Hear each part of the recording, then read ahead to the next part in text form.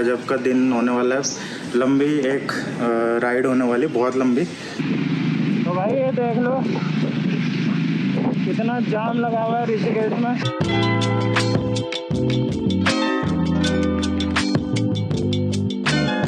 ये है अलकनंदा और पिंडर नदी का संगम जो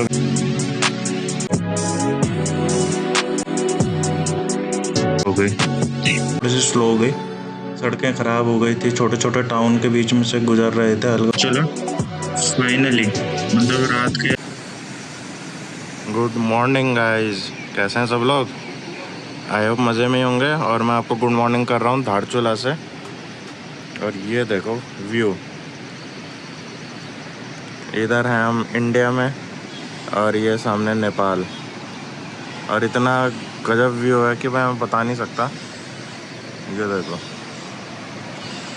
धारचूला का टाउन न्यू दिल्ली से 475 किलोमीटर दूर है और आदि कैलाश और ओम पर्वत की यात्रा यहीं से शुरू होती है। ये एक मेजर टाउन है।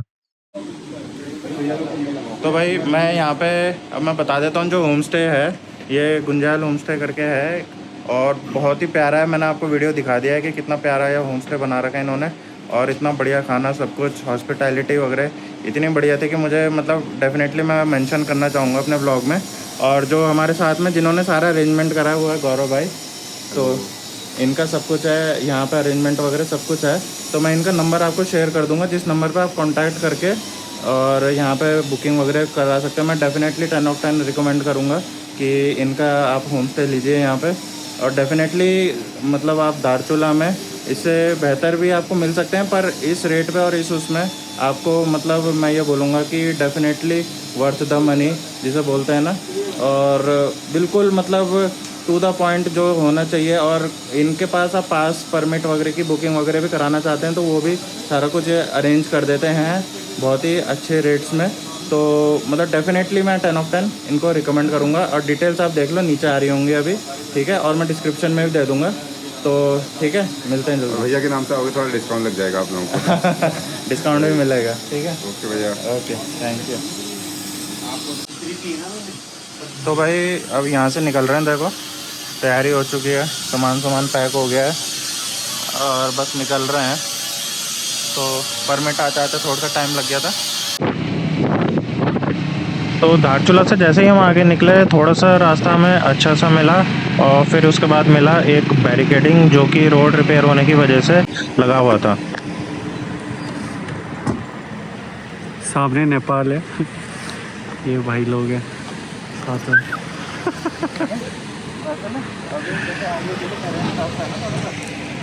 परमिट के बारे में एक चीज़ ध्यान रखना कि आप पहले से उसे बनवा लें धारचूला से आगे, वरना चेकिंग बहुत ज़्यादा होती है, आपको आगे जाने नहीं देंगे। यहाँ पर टीम मीटिंग चलते हुए तो हमारा नेक्स्ट जो स्ट्रैटेजी चल रही है, मतलब चलने का प्लान कर रहे हैं हम, वो ये कर रहे हैं कि हम अब एक दूसरे को देखेंगे पीछे और वो हम ऑल्टरनेटली एक दूसरे को मतलब फॉलो करते रहेंगे, मतलब चेंज करते रहेंगे अपनी पोजीशन। तो पहले कोई लीड करेगा, फिर कोई और टफ टेरेन में थोड़ा सा गैप लेके चलेंगे ताकि मतलब अगर कोई गाड़ी पीछे आए या कुछ आए तो भट जी चीते की फुटी दिखाएं और गाड़ी को रोक ले। इस टाइम 14,000 फीट की ऊंचाई पर।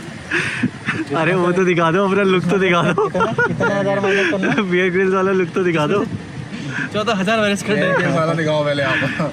फरमाइश आ रही है ऑडियंस की। ऑडियंस की है। Air grills. तो गाइस ये है, गाड़ी में कोई भी प्रॉब्लम होगी मैं ऑफ करके धक्का देने के लिए मैं आऊँगा। ओह ये मेरा हर बार का मेरा यही काम है। तो यार भाई साहब ये देख लो, उधर नेपाल, इधर इंडिया, नदी के इस तरफ बीच में काली नदी। और हम रुके हुए हैं यहाँ पर सामने क्योंकि रोड में कुछ काम चल रहा है। थोड़ा बहुत तो चलता रहता है, बाइकों की लाइन लगी हुई है ऐसा। इधर कार की ये हमारी खड़ी हुई है, इधर इधर इधर ये देख लो।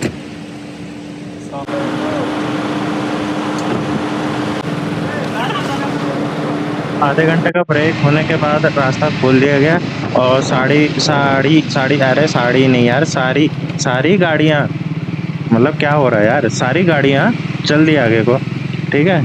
और उसके बाद से रास्ता चैलेंजिंग होना थोड़ा शुरू हो गया था। मज़े की बात ये थी कि धूप निकली हुई थी तो बस धूल उड़ रही थी, एज सच कहीं पे बाकी हमें कोई मतलब कीचड़ विचड़ इस टाइप का नहीं मिला, तो ये चीज़ हमारे लिए बढ़िया रही। बस धूल का सामना करना था, वो तो हमने ऊपर राइडिंग गेयर्स और जैकेट वगैरह पूरा पहने हुए थे, तो उसमें हमें कोई इतना इशू हो नहीं रहा था। और फिर आने लगा मज़ा, देखो कैसे। ये जो अब रास्ता देख रहे हो, ये राइट साइड में हमारे काली नदी चल रही है, और उसके पल्ली तरफ जो बोलते हैं ना उस साइड, वो है नेपाल। तो बस एकदम बॉर्डर पे है ये रोड, और आप देख लो चैलेंजिंग रोड है, मतलब एकदम सांप जैसी घूमती हुई जा रही है सड़क, टूटी हुई सड़क है। तो जो गुंजी तक का रास्ता है वो काफ़ी चैलेंजिंग है, ये मतलब एक अच्छा ट्रेल है। अगर किसी को ऑफ रोडिंग करनी है तो सड़क पे ऑफ रोडिंग कैसे करते हैं वो यहाँ पे पता चल जाता है। ये जो गाड़ियाँ आप देख रहे हैं ना, ये टैक्सी नंबर्स हैं, और ये सारी चलती हैं धारचूला से दारवा वैली या धारचूला से आदि कैलाश ओम पर्वत किले। और इन सब टैक्सीज़ में ज़्यादातर लोग जाते हैं जो भी दर्शन करने जाते हैं, या तो अपने प्राइवेट व्हीकल से जाएंगे। और ये बेसिकली आपका ये जो कैब्स या टैक्सीज़ जो बोले हैं, ये पूरी 4x4 चलती हैं वहाँ पे सारी जितनी भी हैं। तो इनके प्राइसिंग अलग अलग डिपेंड करता है, 10,000 20,000 से स्टार्टिंग होके 40 60 80 हज़ार तक जाते हैं ये रेट्स। तो जैसे आपकी कंफर्ट है उस हिसाब से, जैसा आपका पैकेज है ये उस हिसाब से रेट्स होते हैं। वाया मतलब धारचूला जाएंगे, फ्रॉम धारचूला टू गुंजी या दारवा वैली जैसा भी आपका होगा, या आदि कैलाश ओम पर्वत जैसा भी होगा, वो आपका इन टैक्सियों के थ्रू है, या आप अपनी प्राइवेट व्हीकल से जाएं। अब जैसे कभी भी ऐसा पैच आता है तो आपको ध्यान देना है कि ये आप मतलब सामने से कोई गाड़ी तो नहीं आ रही है। अगर कोई गाड़ी आ रही है वो ऑलरेडी उस पैच पे है तो आप अपनी जगह पर रुक जाएं, उससे पहले जाने दें। जल्दी मचाने से पहाड़ों में कोई फ़ायदा नहीं होता। अब आप सामने भी देख लो, देखने में सड़क चौड़ी है तो यहाँ पे आप रुक सकते हैं, क्योंकि आगे सड़क पतली हो गई है। अब जैसे ये पैच आएगा, अगर कोई यहाँ पर कोई गाड़ी ऑलरेडी है, क्योंकि ये सिंगल रोड है, तो यहाँ पे आपको प्रेफरेंस दूसरी गाड़ी को दे देनी चाहिए अगर आप रुक सकते हैं तो। अगर नहीं रुक सकते हैं तब देखी जाननी है, या किसी को बैक करना पड़ेगा, वैसा होता है। तो आप इन सब चीज़ों को अगर ध्यान में रखते हुए चलेंगे तो डेफिनेटली आपको पहाड़ों में कोई प्रॉब्लम नहीं होगी, और आपका सफ़र भी आराम से रिस्क फ्री होकर आराम से निकल सकता है। अदरवाइज़ वरना कुछ ना कुछ नुकसान हो सकता है, कहीं गाड़ी में लग जाए, कहीं कुछ और हो जाए। तो इन सब चीज़ों को आपको ध्यान में रखना है, और ज़्यादा जल्दी नहीं मचानी है। पहाड़ों पे आराम से चलो, बहुत मज़ा आता है, बहुत अच्छे अच्छे नज़ारे होते हैं, तो वो सब देखते हुए जाओ, मज़ा ही आ जाएगा। चलो, सामने से कोई गाड़ी आ जाए ना, भयंकर की बचने का भी चांस नहीं है, बहुत मुश्किल हो जाएगी। तो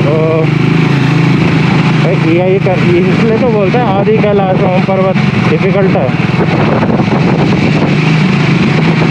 हिमाचल में सच पास है, सच पास को सबसे मुश्किल माना जाता है, और ये उसके बराबर का रास्ता है ये।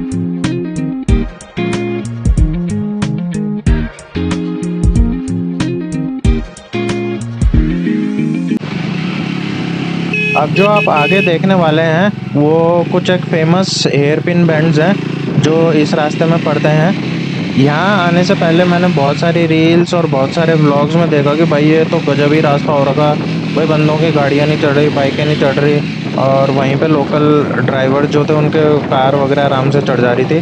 तो कई लोगों ने बोला कि बहुत चैलेंजिंग हो रखा है ये वो। अब आप देख लो कि हमारी गाड़ी आराम से मोड़ पे, मैं फर्स्ट गियर लगाता हूँ मोमेंटम रखने के लिए, और उसके बाद second gear, third gear, second gear, third gear में चढ़ती थी गाड़ी। ठीक है, तो मेन यहाँ पे एक चीज़ यही है कि बस आपको मोमेंटम नहीं लूज़ करना। मोमेंटम लूज़ करोगे तो क्योंकि आप चढ़ाई ज़्यादा चढ़ रहे हो क्योंकि एलिवेशन गेन कर रहे हैं। ये हेयर पिन बैंड जहाँ पे भी है इस रास्ते में एलिवेशन बहुत गेन होती है वहाँ पे, तो आपको बस अपना मोमेंटम रखना है। और मैं अभी 2 अप हूँ, मेरे पीछे एक पिलियन भी बैठा है और उसके अलावा मेरे पास जो मेरा लगेज है वो भी है, तो डेफिनेटली बाइक में बहुत वेट था और उसमें भी हम आप देख लो कि बड़े आराम से चढ़े हैं बिना किसी प्रॉब्लम के, एक बार भी कहीं रुके नहीं हैं। बस आपको ध्यान अपना रखना है कि मोमेंटम ब्रेक ना हो, बस इतना कर लोगे तो भाई कहीं पे भी चढ़ जाओगे, इतनी गारंटी होती है। और मैं अपनी ट्रायम्फ स्क्रैम्बलर के बारे में बोलूँगा, गजब बाइक है भाई, मज़ा ही आ गया, इतनी बढ़िया चढ़ी है। तो आप देख रहे हो आजकल रील्स वगैरह में ये जो नीचे के हेयर पिन बैंड्स हैं इनकी काफ़ी चर्चा हो रही थी कि बहुत ज़्यादा डेंजरस है, ये है वो है, ऐसा वैसा, मतलब 36 किस्म की बातें बोली जा रही थी। पर मतलब इतना भी कोई यार डेंजरस नहीं है, बहुत आराम से गाड़ी चढ़ रही थी, दूसरे तीसरे गियर में चढ़ रही थी यहाँ तो ऊपर, और मतलब कोई दिक्कत नहीं है ऐसे। हाँ आपको स्पीड मेंटेन रखनी पड़ेगी, ये बात ज़रूर है, रोकोगे तो थोड़ी सी प्रॉब्लम होगी, पर ऐसे नहीं कि आप लुढ़क ही जाओगे, तो इतने भी घबराने की बात नहीं है भाई, आराम से हो जाता है। जो गाड़ी चलाने वाला है ना, देखो छोटी छोटी बाइकें भी चढ़ रही हैं यहाँ पे, बहुत आराम से चढ़ रही है, तो कोई प्रॉब्लम की बात नहीं है। आओ आराम से आओ और टाइम से आओ, थोड़ा सा गैप बना के आओ, तो गाड़ियों के बीच में पहुँच जाओगे भाई बहुत आराम से। तो अभी हम यहाँ से गुंजी करीब 45 किलोमीटर है और ये गर्भाधार का एरिया है, कुछ ऐसा है, तो पहुँच जाओगे भाई।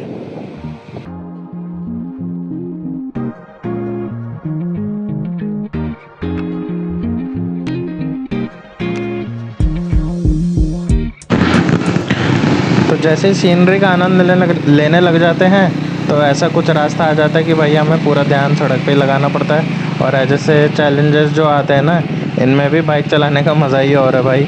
जब आते हैं ना तो थोड़ी सी ऐसा लगता है यार क्या होगा, पता नहीं कैसा होगा, और जब करने लगते हैं वहाँ एकदम एड्रेनलिन रश आ जाता है और भाई मज़े से फिर उसके बाद आगे का काम होता है। देख लो चैलेंजेस कैसे कैसे आ रहे हैं भाई सड़कों में, तो आसान रास्ता तो बिल्कुल नहीं है। जो नए राइडर्स हैं उनके लिए तो थोड़ा सा खासकर बहुत ज़्यादा प्रॉब्लम रहेगी, और बाकी वैसे ठीक रहेगा, ऐसा कोई इशू नहीं है।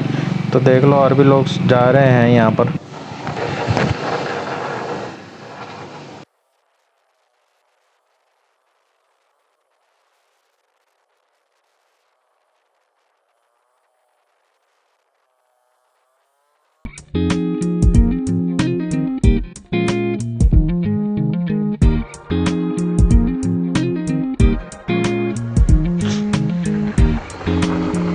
एक चीज़ आप लोगों को ध्यान रखना है कि जो आपका परमिट है जो धारचूला से बनता है वो आपका 2-3 जगह चेक होता है, कहीं पे आईटीबीपी, कहीं पे आर्मी और कहीं पर दोनों के ही चेक पोस्ट एक साथ है। तो हमेशा हैंडी रखना है, इसे लगेज में नहीं दबा लेना अंदर, कहीं हैंडी रखना कि आपको मतलब ये जब भी चेक कराने के लिए बोल रहे हैं तो भैया आपको चेक करा लें तुरंत, ताकि आपका ज़्यादा टाइम वेस्ट ना हो।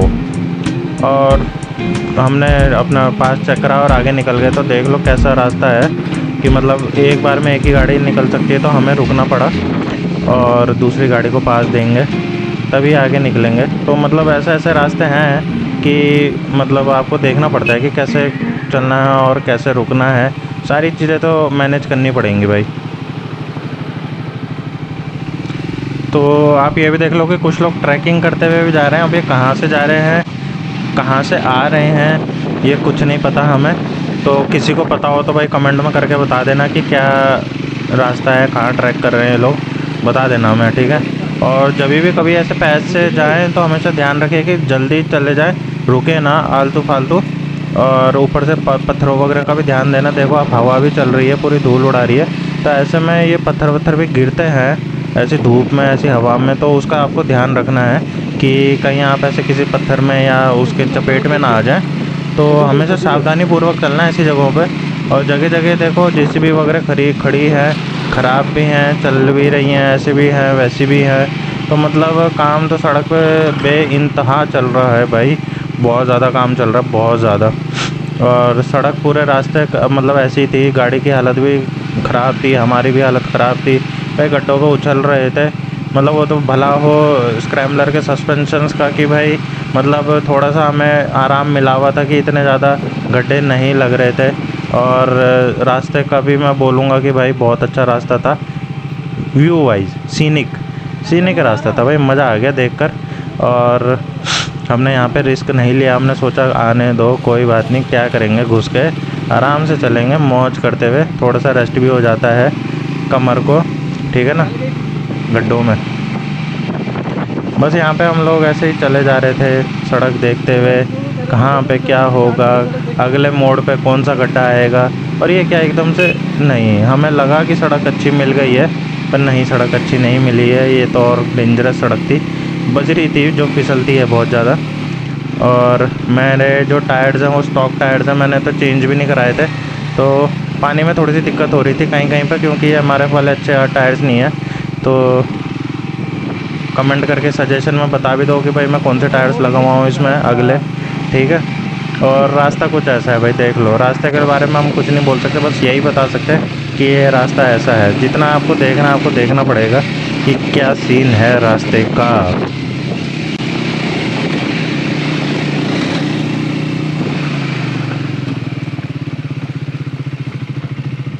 तो विंड नॉइज़ आ रहा होगा और साथ में बहुत अच्छा बैकग्राउंड भी आ रहा होगा। तो देख लो भाई, गजब जगह है खड़े हुए, और यहाँ पे रुके हुए हैं बिल्कुल। और थोड़ा सा रास्ता ख़राब था, काफ़ी जूझते पहुँचते यहाँ पहुँच गए हैं, और बस अब चलेंगे आगे की तरफ भाई।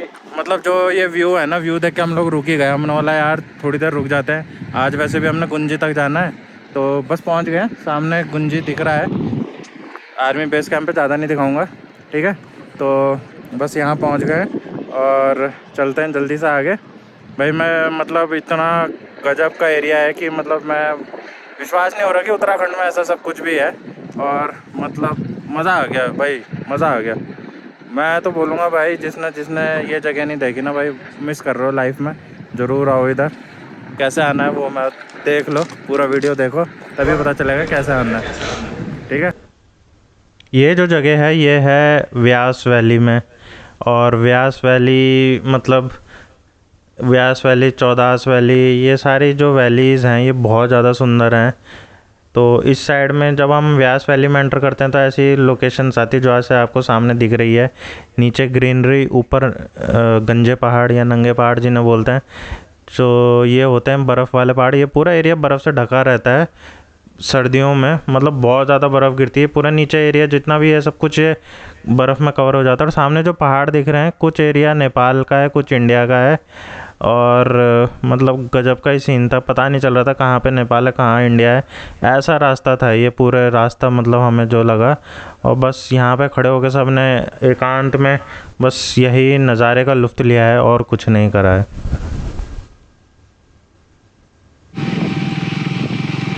तो थोड़ी देर हमने नज़ारे का लुत्फ़ लिया और उसके बाद हम आगे चले। तो अब ऐसा छोटा सा बैरिकेड मिला है, ये एक्चुअली ट्रक से रास्ता रोक देते हैं जो BRO वाले होते हैं, ताकि गाड़ियाँ आगे ना जाए, क्योंकि कुछ ना कुछ काम चल रहा होता है आगे, तो रोक देते हैं ये। बट छोटी गाड़ियों को इन्होंने जाने दिया था, बोला कोई इशू नहीं है, आप लोग चल जाओ, बड़ी गाड़ियाँ नहीं जाएंगी। तो ये ऐसे 15-20 मिनट के लिए रास्ता रोकते हैं, ज़्यादा कुछ है नहीं, तो ऐसा कोई। भाई देखो क्या सीन है,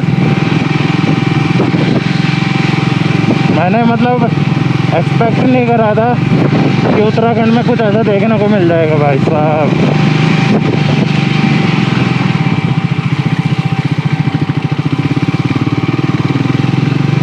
एकदम ही नेक्स्ट लेवल जगह भाई। नज़ारे देख लो, नज़ारे मतलब रोडें जितनी ख़राब हैं उससे कहीं ज़्यादा बढ़िया नज़ारे हैं। तो भाई आना चाहिए ज़रूर देखने के लिए। और ये सब इंडिया है, ये नेपाल नहीं है, ये इंडिया है।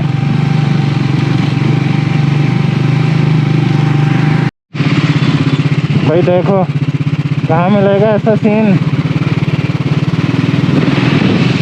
देख रहे हो कहाँ पहुँच गया, कहाँ। वाह यार, कभी नहीं सोचा था कि ऐसा कुछ सीन देखेंगे।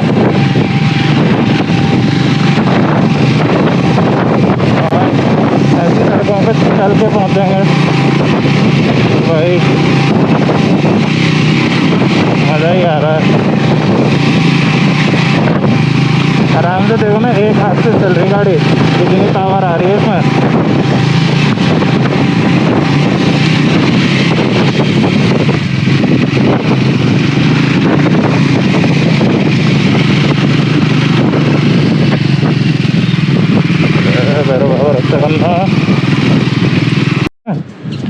वहाँ से सामने क्या दिखता है?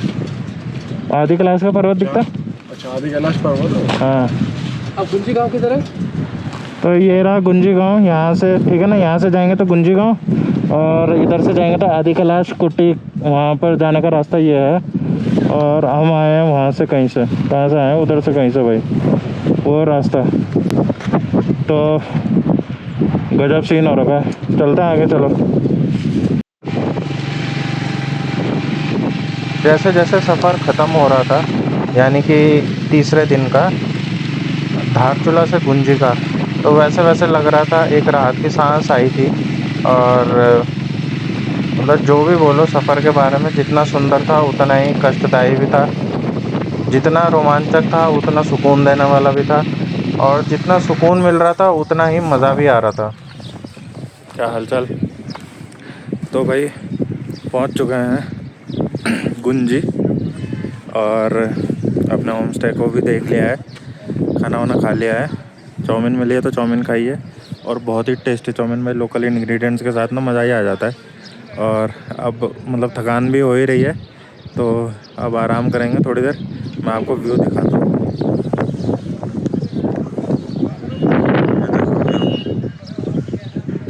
यहाँ रुके हैं, ये हमारा होम स्टे है इधर, इसके पीछे जाना है, पीछे जाकर है, बहुत शानदार सा है, कोजी सा है। और व्यू देखो, यहाँ पे बोल रहे हैं कि सामने अन्नपूर्णा है, जहाँ पे अभी बादल लगे हुए हैं, तो अन्नपूर्णा है वो।